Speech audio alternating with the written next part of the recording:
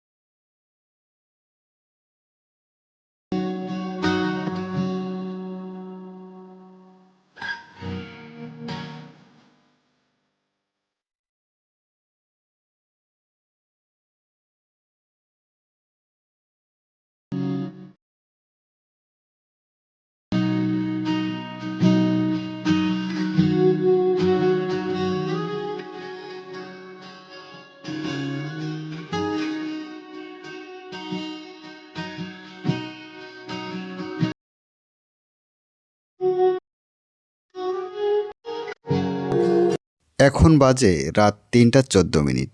Finally আমাদের সেই কাঁচামরিচের চাটি কিন্তু রেডি হয়ে গেছে। এখন আমরা এটি পরখ করে দেখব আসলে এর স্বাদটি কেমন হয়েছে, তারপরে জানাচ্ছি আপনাদেরকে। তো যাক, খাওয়ার পরে বুঝলাম আসলে অনেক সুস্বাদু। যারা খাননি তারা অবশ্যই মিস করেছেন। যদি কখনো কেউ এই পথে চলাচল করেন অবশ্যই এখান থেকে খেয়ে যাবেন।